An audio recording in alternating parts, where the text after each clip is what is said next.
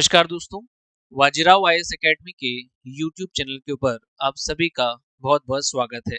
मेरा नाम लोकेंद्र सिंह है और हम लोग एमपीपीएससी प्रीलिम्स की यूनिट 10 जो कि जनजातियों से संबंधित है उसकी स्टडी यहाँ पर कर रहे थे। और लास्ट क्लास में मैंने आप लोगों को जनजातियों से संबंधित संवैधानिक प्रावधानों का अध्ययन करवाया था, जिसमें हम लोग जनजातियों से संबंधित जो मौलिक अधिकार के प्रावधान हैं, ट्राइबल से रिलेटेड जो फंडामेंटल राइट्स के प्रोविजंस हैं, उस पर यहाँ पर डिस्कशन कर रहे थे। लास्ट जो हमारी क्लास थी उसमें मैंने आप लोगों को अनुच्छेद 24 आर्टिकल 24 जो है वो बता दिया था, जिसमें कारखानों आदि में बालकों के नियोजन का प्रतिषेध है। इट मीन्स के जो भी चिल्ड्रंस हैं उनको फैक्ट्री में काम पर लगाने पर रोका गया था, और अगर वह अनुसूचित जनजाति के बालक हैं तो उनको भी काम पर लगाने पर रोक है। इस तरीके से ये अनुच्छेद अनुसूचित जनजाति से कनेक्ट करता है, शेड्यूल ट्राइब से कनेक्ट करता है। तो यहाँ तक हमारा पूरा कंप्लीट हो चुका था। और इसके बाद आर्टिकल 25 से हम लोग यहाँ पर स्टार्ट करने वाले हैं। आर्टिकल 25 की अगर मैं बात करूं तो 25 से लेकर के 28 के बीच में धार्मिक स्वतंत्रता का अधिकार है। आपके रिलीजन से रिलेटेड वहां पर आपको राइट्स दिए गए हैं। तो उसके बीच में ही कुछ ऐसे आर्टिकल्स हैं जो कि जनजातियों को कनेक्ट करते हैं, वही आर्टिकल्स यहाँ पर हम लोग ले रहे हैं। ठीक है, तो यहाँ पर आप देखेंगे कि आर्टिकल 25 जो है हमारा हमारा अनुच्छेद 25 के अंदर 25 के अंदर 25 टू बी जो है 25 टू खा जो है उसमें यह व्यवस्था दी गई है। उसमें इस प्रकार के प्रोविजंस किए गए हैं कि सभी हिंदू धार्मिक संस्थाएं जो हैं, जितनी भी भारत के अंदर हिंदू धर्म से संबंधित संस्थाएं हैं, मंदिर है वगैरह, सब हिंदुओं के सभी वर्गों और अनुभागों के लिए खुली रहेंगी।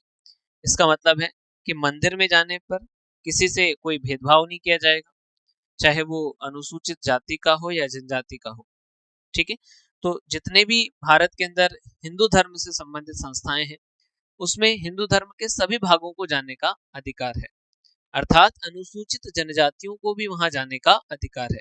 इस तरीके से अनुच्छेद 25 दो खा जो है वो कनेक्ट करता है अनुसूचित जनजातियों के अधिकारों से, अर्थात उनको अधिकार है कि वो हिंदू धर्म से संबंधित किसी भी संस्था में जाकर के और अपनी पूजा पाठ कर सकते हैं।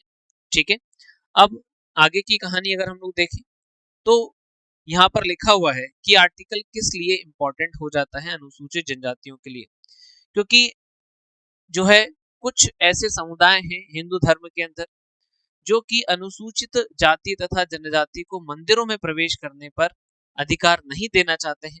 तो इसलिए थोड़ा सा महत्वपूर्ण हो जाता है अनुसूचित जनजातियों के लिए। आर्टिकल ध्यान रखेंगे, अनुच्छेद 25 दो खा आर्टिकल 25 टू बी, उसमें ये प्रोविजंस किए गए हैं।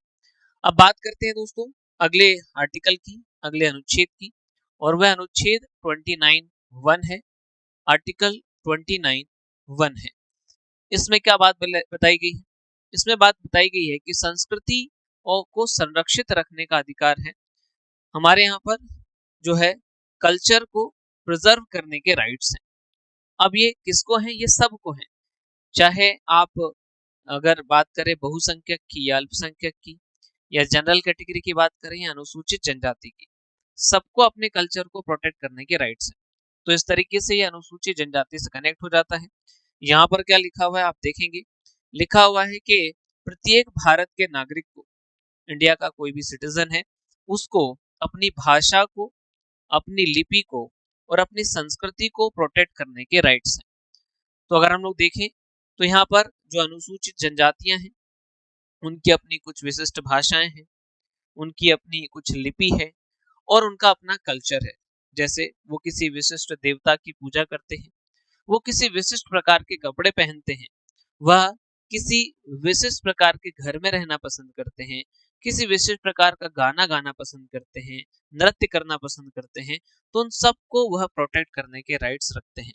ये यहाँ पर हमें मिल रहा है आर्टिकल 29(1) के अंदर।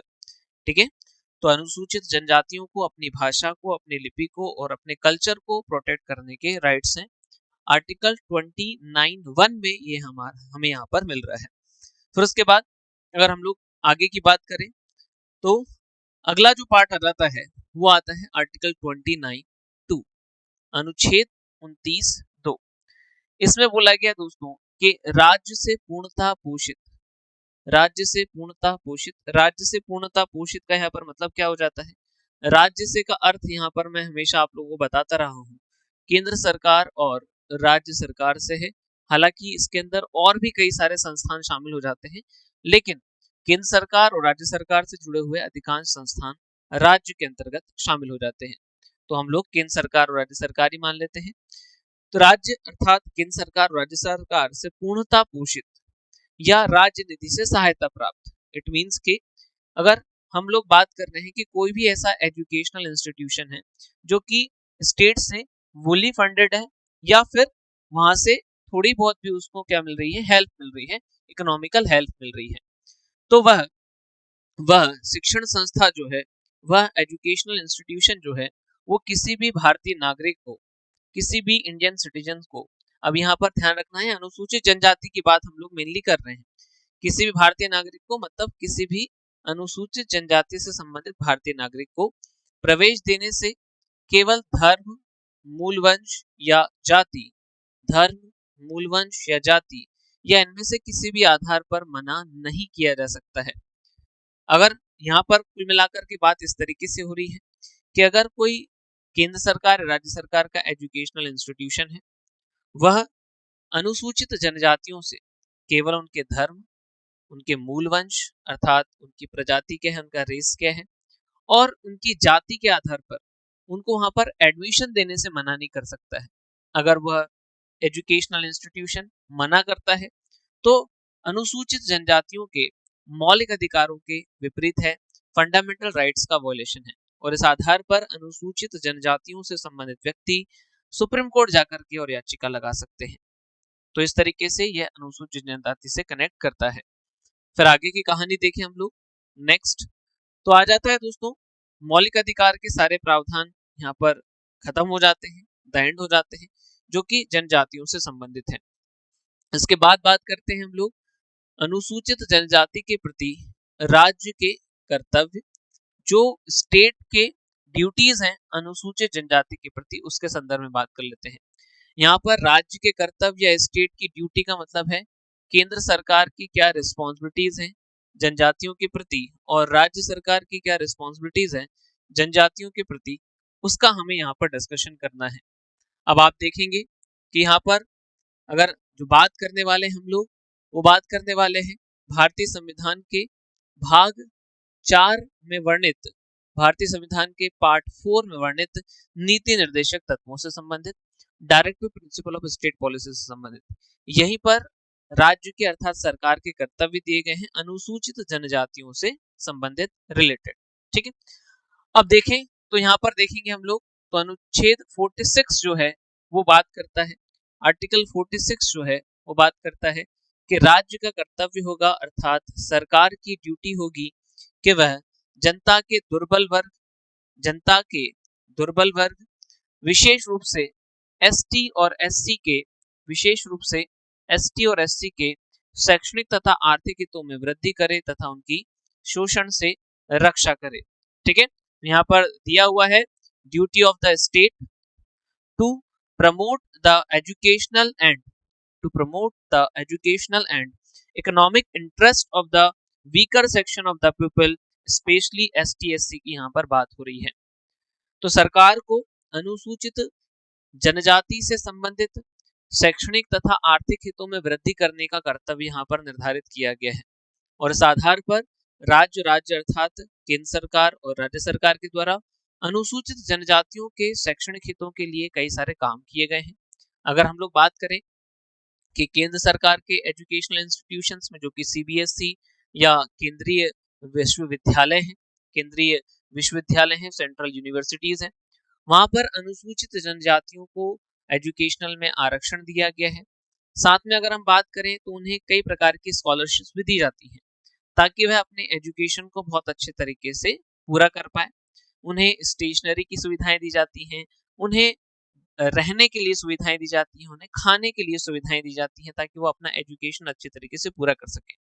इसके अलावा अगर हम बात करें आर्थिक हितों में वृद्धि की, या हम बात करें इकोनॉमिकल इंटरेस्ट के अंदर बढ़ाने की उनके, तो आप देखेंगे कि उनके लिए कई सारी ऐसी उद्योग से संबंधित योजनाएं हैं, इंडस्ट्रीज से रिलेटेड योजनाएं हैं, जहां पर उनको सहायता उपलब्ध कराई जाती है। इसके अलावा एग्रीकल्चर से रिलेटेड बहुत सारी स्कीम्स हैं जो कि केंद्र सरकार और राज्य सरकार के द्वारा चलाई जा रही हैं। इसके द्वारा उनके आर्थिक हितों में वृद्धि की जा रही है, उनके इकोनॉमिकल इंटरेस्ट को बढ़ाया जा रहा है और उनकी आजीविका को बढ़ाया जा रहा है। ठीक है, उनको रोजगार दिया जा रहा है, उनको उनके साथ में एम्प्लॉयमेंट को जनरेट किया जा रहा है। वो इसी अनुच्छेद के तहत, इसी आर्टिकल के तहत किया जा रहा है। आर्टिकल 46 ध्यान रखेंगे कि राज्य का अर्थात स्टेट का कर्तव्य होगा, स्टेट की ड्यूटी होगी कि वह अनुसूचित जनजाति के शैक्षणिक और आर्थिक हितों में वृद्धि करे, एजुकेशनल एंड इकोनॉमिकल इंटरेस्ट को वो बढ़ाए। तो ऐसा आर्टिकल 46 के अंतर्गत लिखा हुआ। इसके अलावा दोस्तों इसी तरीके की ड्यूटी की विषय में बात कही गई है आर्टिकल 350 के अंदर। आर्टिकल 350 ए जो है वो रिलेट करता है राजभाषा वाले भाग से। राजभाषा वाला जो पार्ट है हमारा, स्टेट लैंग्वेज वाला जो पार्ट है, पार्ट 17 जो है हमारा, उससे ये रिलेट करता है, पार्ट 17 से ये रिलेट करता है। और इसमें क्या कहा गया है, इसमें कहा गया है कि प्राथमिक स्तर पर मातृभाषा में शिक्षा की सुविधाएं, इट मींस के facilities for education in mother tongue eight primary stage. जो प्राइमरी लेवल के स्कूल्स हैं वहां पर हर नागरिक को अपना ये अधिकार है, मतलब कि भाषाई अल्पसंख्यक लोगों की यहाँ पर बात हो रही है मेनली, है ना। वह नागरिक जो कि भाषा के रूप में अल्पसंख्यक है भारत में, अर्थात के उनकी वो लैंग्वेज तो बोलते हैं लेकिन वो लैंग्वेज बोलने वाले बहुत कम लोग हैं और उनको उसी लैंग्वेज के अंदर एजुकेशनल इंस्टीट्यूशन चाहिए है, तो वह राष्ट्रपति के पास में जाएंगे, वह प्रेसिडेंट के पास में जाएंगे और प्रेसिडेंट जो है वह राज्य सरकारों को, स्टेट गवर्नमेंट को ऐसे ऑर्डर दे सकता है कि उस लैंग्वेज के बेस पर माइनॉरिटीज जो लोग हैं उनको क्या दिया जाए, उनकी ही लैंग्वेज में, उनकी भाषा में प्राथमिक स्तर पर, प्राइमरी लेवल पर उनको एजुकेशन उपलब्ध कराई जाए। वही यहाँ पर लिखा हुआ है, देख लीजिएगा दोस्तों। प्रत्येक राज्य और राज्य के भीतर अर्थात स्टेट और स्टेट के अंदर प्रत्येक स्थानीय प्राधिकारी, स्टेट के भीतर प्रत्येक स्थानीय प्राधिकारी मतलब के जो भी गवर्नमेंट के ऑफिसर्स हैं, उनकी ये ड्यूटी है कि उनको भाषाई अल्पसंख्यक, इट मींस के लैंग्वेज के बेस पर जो माइनॉरिटीज लोग हैं उनके बालकों को, उनके चिल्ड्रंस को शिक्षा के प्राथमिक स्तर पर, प्राइमरी लेवल पर मातृभाषा, उनकी मदर टंग में शिक्षा के पर्याप्त सुविधाओं की व्यवस्था करने का प्रयास करे। और इस तरीके के ऑर्डर उनको, मतलब इस तरीके का करने के लिए उनको ऑर्डर कौन दे सकते हैं, राष्ट्रपति किसी राज्य को ऐसे निर्देश, ऐसे डायरेक्शंस दे सकते हैं कि वह ऐसी सुविधाओं का जो है व्यवस्था करे और उसके लिए जो भी आवश्यक हो वह सारी की सारी चीजें उन लैंग्वेज बेस पर माइनॉरिटीज के लोगों को उपलब्ध करवाए। तो यहाँ पर आर्टिकल 350 की बात कर रहे हैं हम लोग। 350 ए के अंदर ऐसा बोला गया है, ध्यान रखना है, 350 ए के अंदर ऐसा कहा गया है कि भाषाई अल्पसंख्यक के बालकों को उनकी ही मातृभाषा में शिक्षा उपलब्ध करवाना सरकार का कर्तव्य है, स्टेट की ड्यूटी है। और इसके लिए उनको डायरेक्शन कौन दे सकते हैं, प्रेसिडेंट इसके लिए उनको डायरेक्शंस दे सकते हैं। अनुच्छेद 350 ए के अंदर ये प्रावधान किया गया है, ध्यान रखना है आप लोगों को। ठीक है दोस्तों, ये पीपीटी जो है आप लोगों को, ये इसका पीडीएफ पूरा आप लोगों को हमारे टेलीग्राम चैनल के ऊपर उपलब्ध हो जाएगा। टेलीग्राम चैनल का लिंक जो है आपको इसी वीडियो के डिस्क्रिप्शन में मिल जाएगा। आप वहां जाकर के उस टेलीग्राम चैनल को ज्वाइन कर लीजिएगा और इस पीडीएफ को आप वहां से प्राप्त कर लीजिएगा।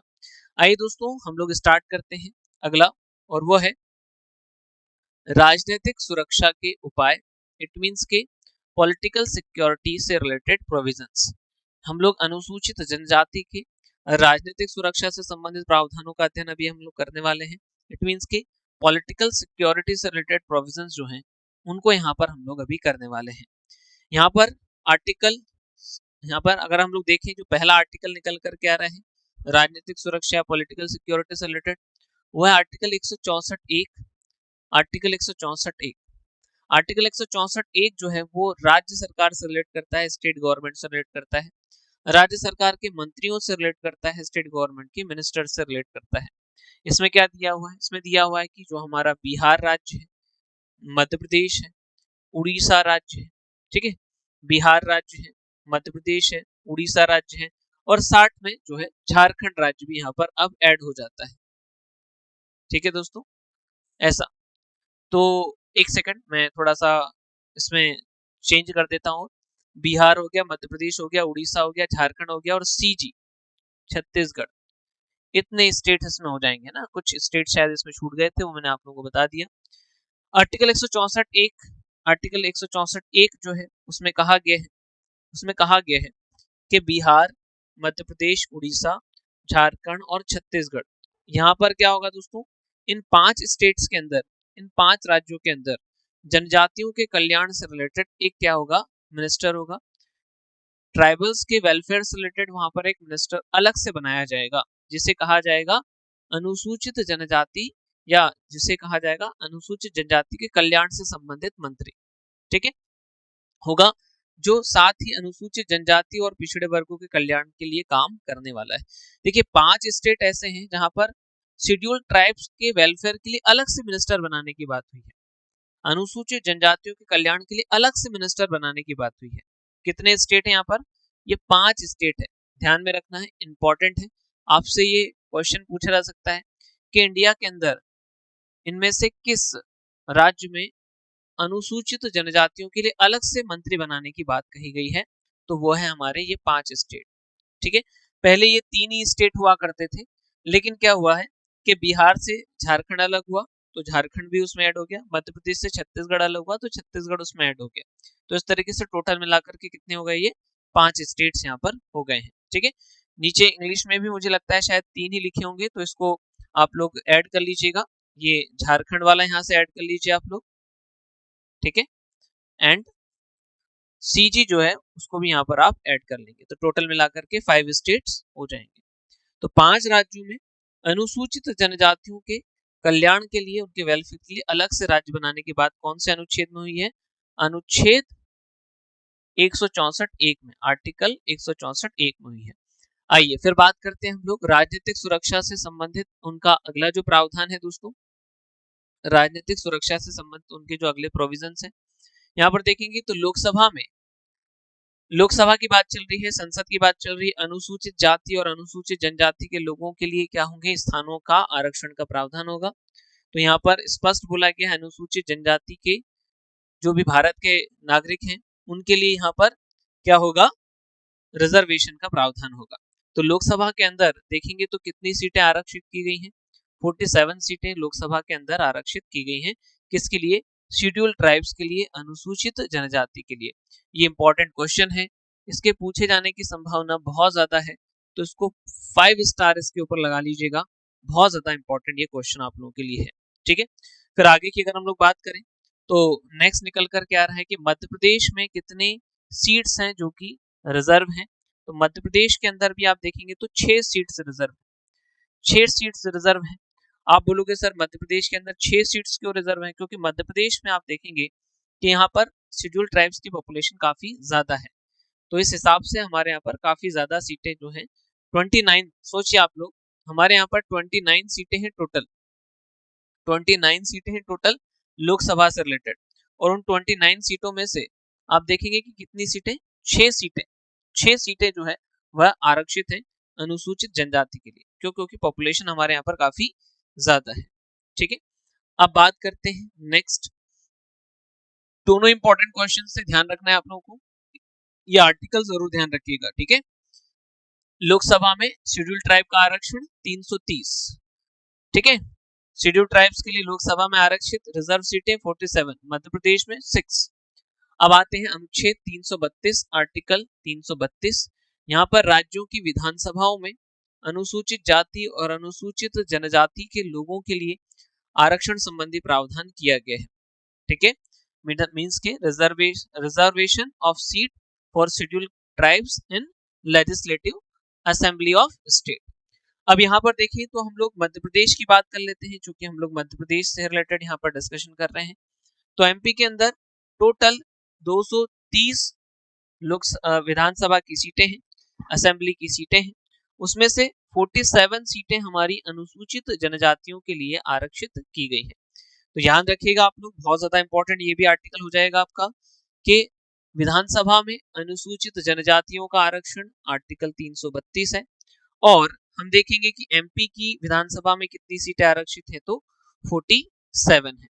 अपने कॉपी के अंदर ये जो फैक्ट्स मैं बता रहा हूं उनमें 5 स्टार लगा लीजिएगा, इनमें से कोई भी क्वेश्चन आप लोगों से पूछा जा सकता है। फिर आते हैं दोस्तों आर्टिकल 334, आर्टिकल 334।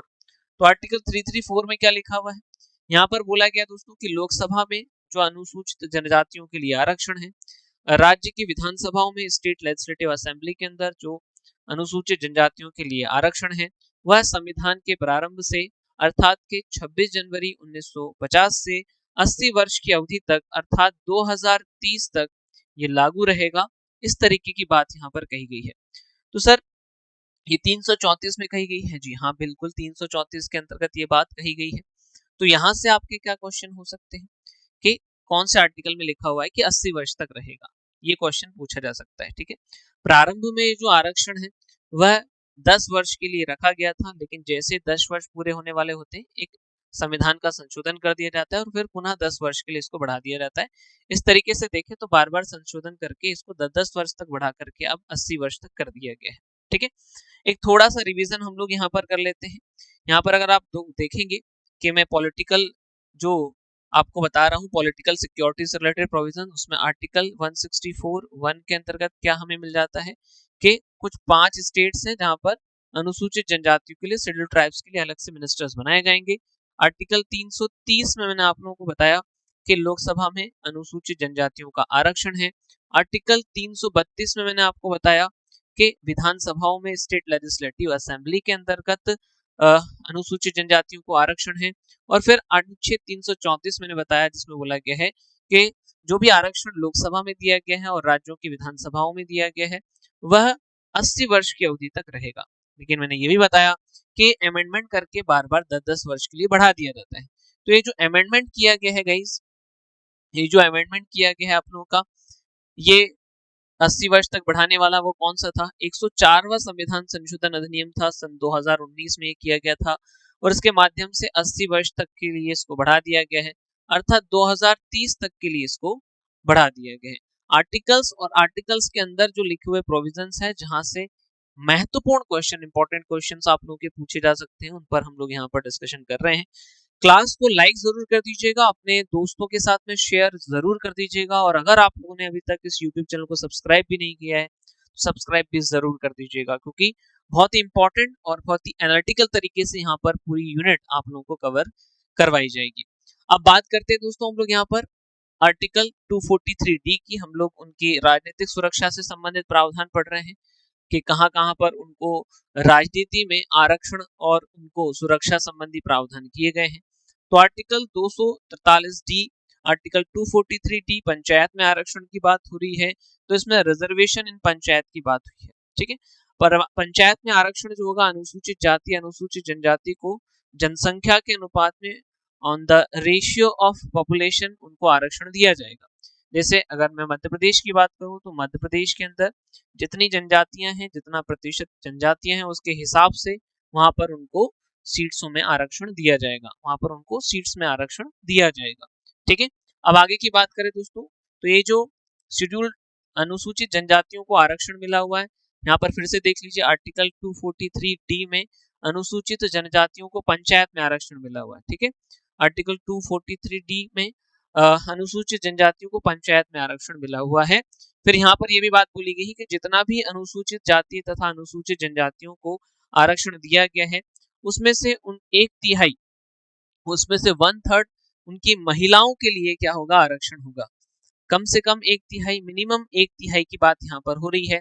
अर्थात मान लीजिए अगर 100 सीटें जो है वो अनुसूचित जनजाति के लिए आरक्षित हैं तो उसका कम से कम मिनिमम 1/3 मीन्स के 34 सीट जो रहेंगी वो उन्हीं की महिलाओं के लिए आरक्षित रहेंगी, अनुसूचित जनजातियों की वुमेन्स के लिए रिजर्व रहेंगी। ठीक है, ध्यान रखना है कौन से आर्टिकल के अंदर लिखा हुआ है, अनुच्छेद 243D में ये बात लिखी हुई है। आर्टिकल और आर्टिकल के अंदर क्या लिखा हुआ है ये ध्यान रखना है। ठीक है, 243D में बात बताई गई है अनुसूचित जनजाति के रिजर्वेशन की। फिर जनसंख्या के अनुपात में रिजर्वेशन, पॉपुलेशन रेशियो के अकॉर्डिंग रिजर्वेशन, इंपॉर्टेंट पॉइंट है। जो रिजर्वेशन मिला हुआ है उसमें से महिलाओं को कम से कम 1/3 है, जो उन्हीं की महिलाएं हैं उनको कम से कम 1/3 जरूर रिजर्वेशन दिया जाएगा और इतनी सीटें उनके लिए रिजर्व रहेंगी। ये भी इंपॉर्टेंट पॉइंट है आप लोगों के लिए, ठीक है। फिर आते हैं हम लोग, अगला आर्टिकल है आर्टिकल 243D, अनुच्छेद 243D, नगर पालिका में आरक्षण, रिजर्वेशन इन म्युनिसिपैलिटीज की बात हो रही है दोस्तों। अगर मैं म्युनिसिपैलिटीज की बात करूं तो हमारे यहाँ पर 3 स्तरों पर म्युनिसिपैलिटीज हैं, नगर पालिकाएं हैं। नगर परिषद होती है, एक नगर पालिका होती है और एक नगर निगम होता है। 3 स्तर की होती है हमारे यहाँ पर म्युनिसिपैलिटीज या नगर पालिकाएं, ठीक है। तो वहीं पर ये आरक्षण देने की बात हो रही है आर्टिकल 243D के अंदर।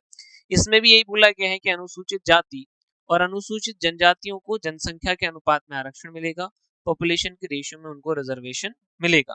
यहाँ पर यह भी बोला गया है वही वाली बात कि जितनी भी सीटें अनुसूचित जनजाति के लिए आरक्षित रहेंगी उनमें से 1/3 उनकी महिलाओं के लिए, मतलब कम से कम 1/3 उनकी महिलाओं के लिए आरक्षित रहेंगी, मिनिमम 1/3 उनकी महिलाओं के लिए आरक्षित रहेंगी। ये भी यहाँ पर बात कही गई है। एक बार जरा हम लोग रिवीजन मार लेते हैं जितने भी आर्टिकल्स अभी तक हम लोगों ने किए हुए हैं। तो यहाँ पर 5 स्टेट्स की बात हुई है जिनमें जनजाति विकास के लिए अलग से मंत्री बनाया जाएगा। इसमें लोकसभा के अंदर अनुसूचित जनजाति का आरक्षण है। आर्टिकल 332 में स्टेट जो लेजिस्लेटिव असेंबली है वहां पर अनुसूचित जनजातियों को आरक्षण है। यहाँ पर बोला गया अनुच्छेद 334 में 80 वर्ष तक इसको बढ़ाया जाएगा। फिर उसके बाद अपन देखेंगे आर्टिकल 243D के अंतर्गत बोला गया है पंचायत के अंतर्गत अनुसूचित जनजाति का आरक्षण होगा जनसंख्या के अनुपात में। फिर 243 जो आपका टी है उसमें बोला गया है जो नगर पालिकाएं हैं, जो म्युनिसिपैलिटीज हैं, वहां पर अनुसूचित जनजाति को आरक्षण होगा जनसंख्या के अनुपात में। और यहाँ पर दोनों जगह पर बोला गया है कि जितनी भी रिजर्व सीट रहेंगी उनमें से मिनिमम 1/3 अनुसूचित जनजाति की महिलाओं के लिए आरक्षित रहने वाली है, ठीक है। चलिए अब यहाँ पर बात ये भी आती है दोस्तों कि जो आर्टिकल 243D जोड़ा गया था वो कौन से संविधान संशोधन के द्वारा जोड़ा गया था। जो आर्टिकल 243D जोड़ा गया था जो कि पंचायतों के लिए, पंचायतों में अनुसूचित जनजाति का आरक्षण है, वो 73वें संविधान संशोधन अधिनियम 1992 के द्वारा दोस्तों जोड़ा गया था। 1992 के द्वारा यह जोड़ा गया था। तो कौन सा संविधान संशोधन हुआ था ये भी ध्यान रखना है, 73वां संविधान संशोधन अधिनियम 1992 हुआ था। और जो आर्टिकल 243T है वो जोड़ा गया था दोस्तों, वो जोड़ा गया था आपका, ये जो जोड़ा गया था वो जोड़ा गया था 74वें संविधान संशोधन अधिनियम के द्वारा। और ये भी कब का है, 1992 का ही है, 1992 का ही है, ठीक है। तो इस तरीके से अगर हम लोग देखें तो हमें अनुसूचित जनजाति की राजनीतिक सुरक्षा से संबंधित कई सारे प्रावधान यहाँ पर हमें देखने को मिल रहे हैं, ठीक है। चलिए अब आगे की कहानी देखते हैं दोस्तों। तो कुछ विशेष प्रावधान है, अब सब लोग जानते हैं कि या नहीं भी जानते होंगे तो मैं आपको बता देता हूं कि हमारे संविधान के अंदर कुछ राज्यों के लिए विशेष प्रावधान किए गए हैं। हम उन्हीं का यहाँ पर अध्ययन करने वाले हैं, उन्हीं का हम लोग यहाँ पर डिस्कशन करने वाले हैं। कुछ राज्यों के संबंध में विशेष या स्पेशल प्रावधान किए गए हैं। अब उन राज्यों के अंदर चूंकि जनजातियां निवास करती हैं, उन राज्यों के अंदर चूंकि जनजातियां निवास करती हैं, इसलिए उन राज्यों को कुछ विशेष प्रावधान किए गए हैं।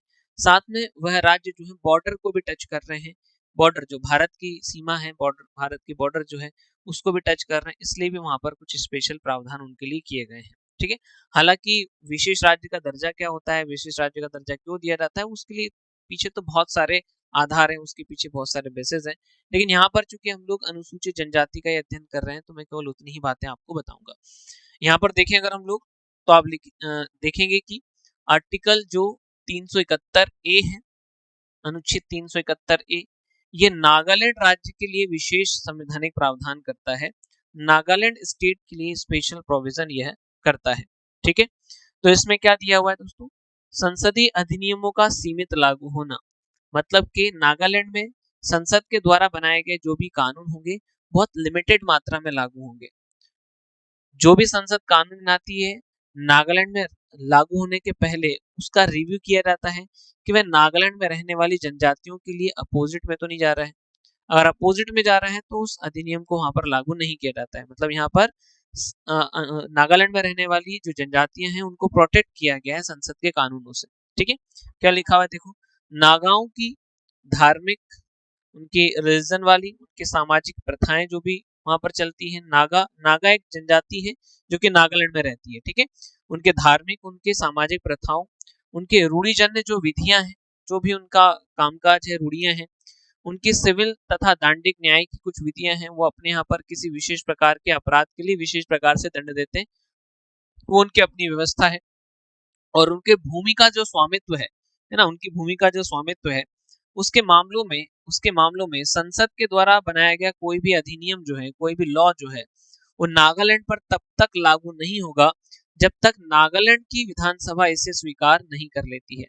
इट मीन्स के जो भी नागाओं से रिलेटेड चीजें हैं, उन प्रथाओं पर, उनकी भूमि के स्वामित्व पर संसद के द्वारा बनाया गया कोई भी कानून, लॉ मेड बाय पार्लियामेंट जो है, वो तब तक वहां पर लागू नहीं होगा, तब तक वहां पर इम्प्लीमेंटेशन में नहीं आएगा जब तक कि नागालैंड की विधानसभा उसको स्वीकार नहीं कर लेती, नागालैंड की स्टेट असेंबली उसको एक्सेप्ट नहीं कर लेती, तब तक वहां पर लागू नहीं होगा, वहां पर इम्प्लीमेंटेशन में नहीं आएगा।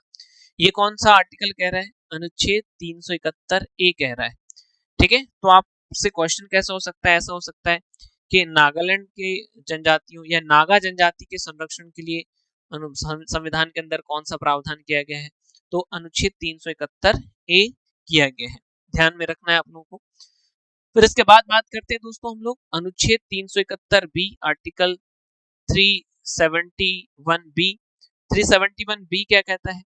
ये जो 371 बी है, ये असम के लिए विशेष प्रावधान करता है, असम के लिए स्पेशल प्रोविजन करता है। तो असम में रहने वाली जो जनजाति हैं उनके प्रोटेक्शन के लिए प्रावधान यहाँ पर कर रहा है कि हमारे जो राष्ट्रपति हैं, इंडिया के जो प्रेसिडेंट हैं, वह राज्य की विधानसभा अर्थात असम राज्य की विधानसभा के जनजातीय क्षेत्रों से चुने गए सदस्यों से, वहां पे जो भी ट्राइबल एरियाज हैं, जैसे आप हमारे मध्य प्रदेश की अगर बात करते हैं तो मध्य प्रदेश में अनुसूचित जनजाति के लिए आरक्षित कितनी सीटें विधानसभा में? 47।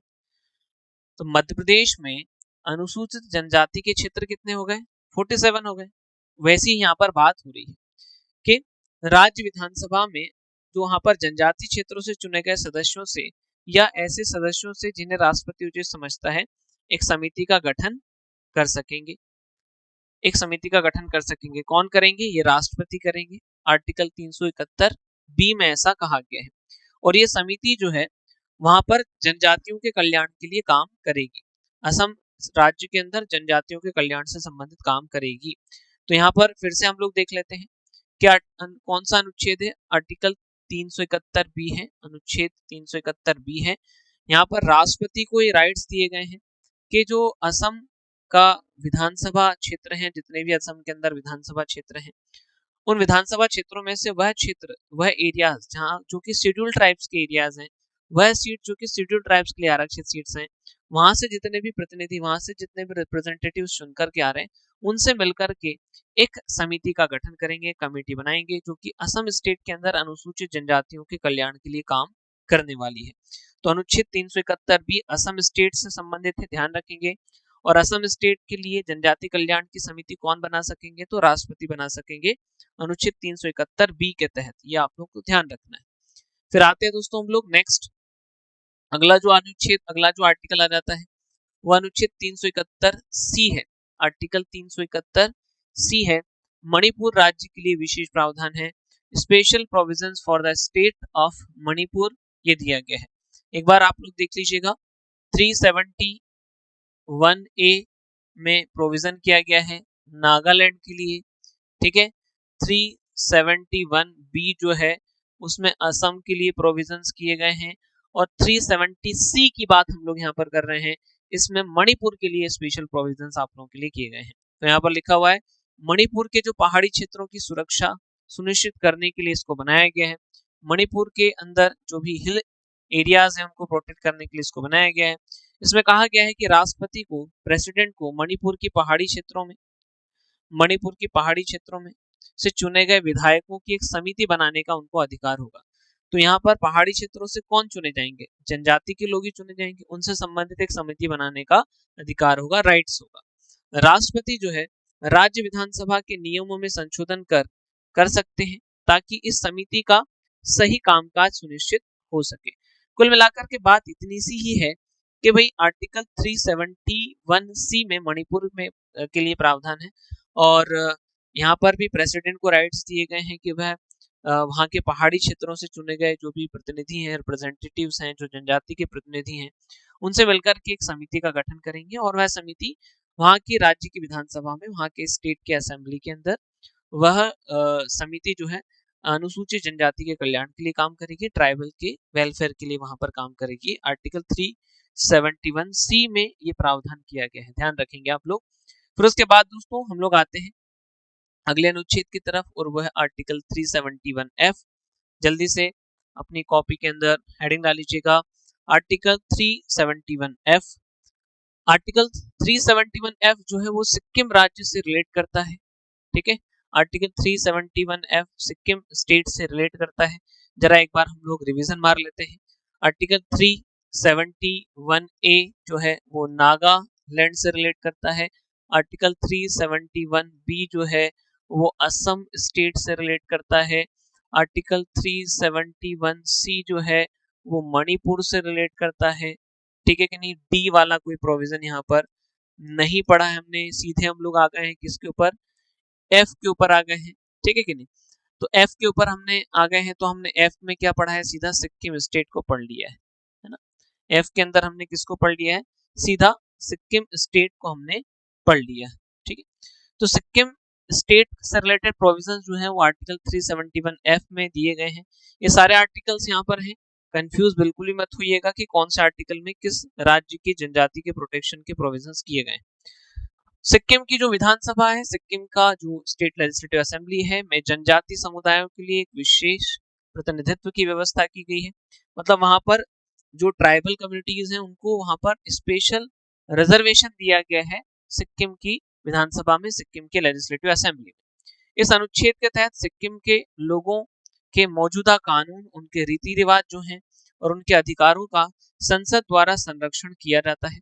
इसका अर्थ यहाँ पर निकल कर क्या रहा है कि अगर संसद के द्वारा कोई भी कानून बनाया जाता है जो कि सिक्किम में रहने वाली जनजातियों से संबंधित है, उनके जो है उनके रीति रिवाजों से संबंधित है, तो ऐसी कंडीशन में संसद बहुत संभल करके कानून बनाएगी ताकि उनके रीति रिवाजों का उल्लंघन ना हो।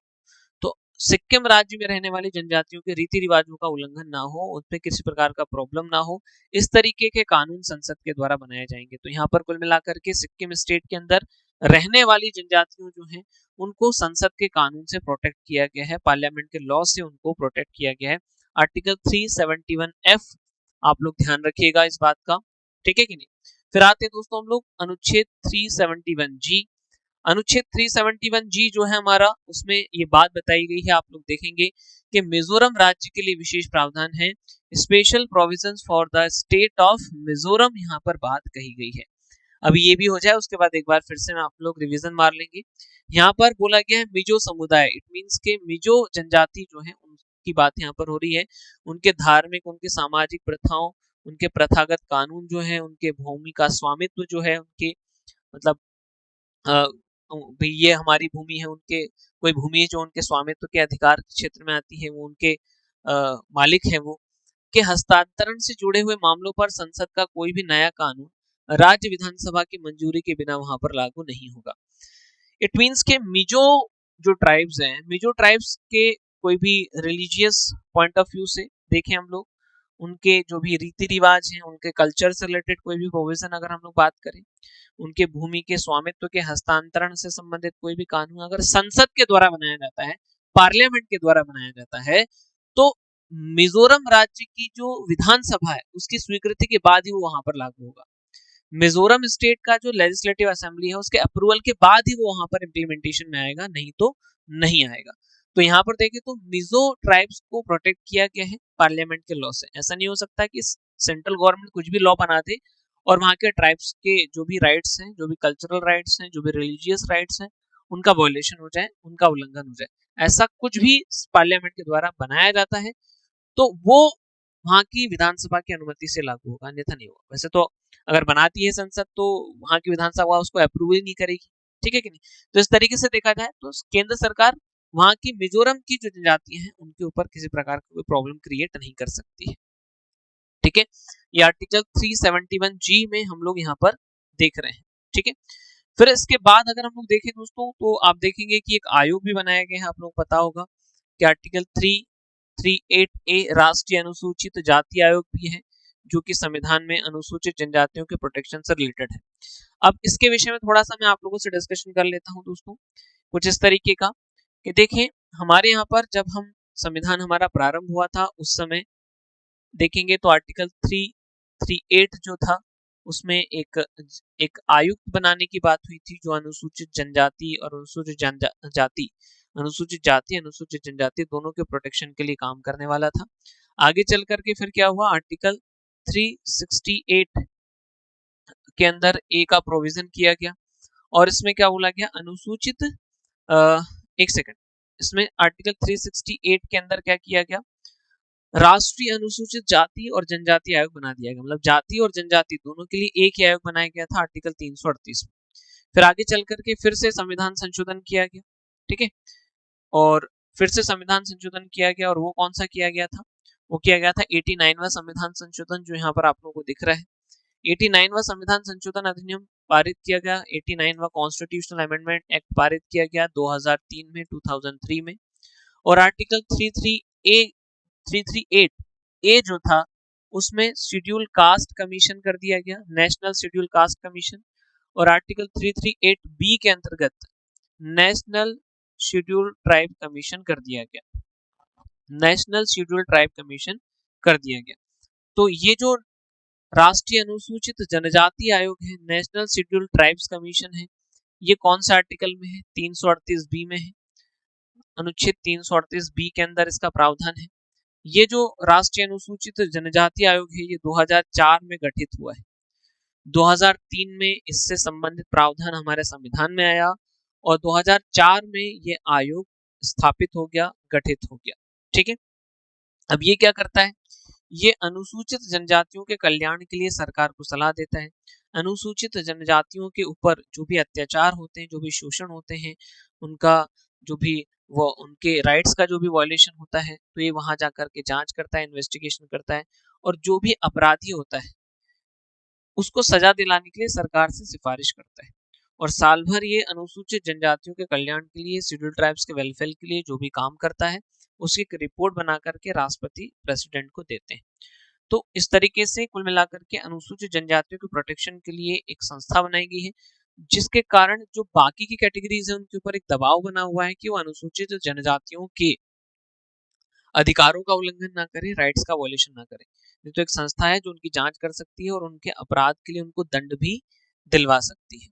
तो बहुत अच्छी बात है ये, इसके द्वारा जो अनुसूचित जनजातियां हैं, जो शेड्यूल ट्राइब्स हैं, उनको प्रोटेक्ट किया जा रहा है ना। Article 338 A national commission for schedule tribes, अनुच्छेद 338 से राष्ट्रीय अनुसूचित जनजाति आयोग इसमें है, ये यहाँ पर लिखा हुआ है, आप इसको नोट डाउन कर लीजिएगा। इसको जो है जोड़ा गया है कौन से संविधान संशोधन के द्वारा, कौन से कॉन्स्टिट्यूशनल अमेंडमेंट एक्ट के द्वारा, कौन से इसको जोड़ा गया है, ठीक है। और 2004 में एस्टेब्लिश हुआ है। मैं इसमें ज्यादा डिटेल में इसलिए नहीं जा रहा हूँ दोस्तों, क्योंकि ये जो आयोग है, ये जो कमीशन है, वो आप लोगों को अलग से इंडियन पॉलिटी के प्रीलिम सेक्शन में और इंडियन पॉलिटी के मेंस वाले सेक्शन में दोनों जगह पर पढ़ना है। तो प्रीलिम्स वाले सेक्शन में भी इसको हमें डिटेल में पढ़ना ही पढ़ना है, तो हम केवल यहाँ पर आर्टिकल देख लेते हैं कि कौन से आर्टिकल में आयोग है, ठीक है बस। अब इसके बाद आगे की बात करें दोस्तों, तो आप लोगों के लिए भारतीय संविधान की 5वीं अनुसूची और भारतीय संविधान की 6वीं अनुसूची, ये दो अभी हमारे लिए बचा हुआ है, क्योंकि इंडियन कॉन्स्टिट्यूशन का जो 5th शेड्यूल है वो भी ट्राइबल्स के प्रोटेक्शन से रिलेटेड है और जो 6th शेड्यूल है, जो 6वीं अनुसूची है, वो भी जनजातियों के प्रोटेक्शन से रिलेटेड है। तो उसको हम लोग अलग से एक क्लास में देख लेंगे। आज के लिए इस क्लास में इतना ही। मैं कोशिश कर रहा हूँ शीघ्र आप लोगों को जल्दी से जल्दी सारी चीज़ों को कंप्लीट करवाने की, लेकिन दोस्तों एनालिसिस भी ज़रूरी है। एनालिसिस नहीं होगा तो चीज़ें हमें याद नहीं होंगी, समझ में नहीं आएंगी और हम लोग सही से आंसर नहीं दे पाएंगे। तो आज के लिए इतना ही। अगली क्लास में पुनः मैं आप लोगों से मिलता हूं दोस्तों।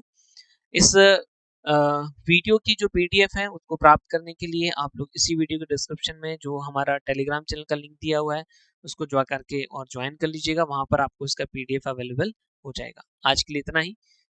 Bye bye. जय हिंद, जय भारत।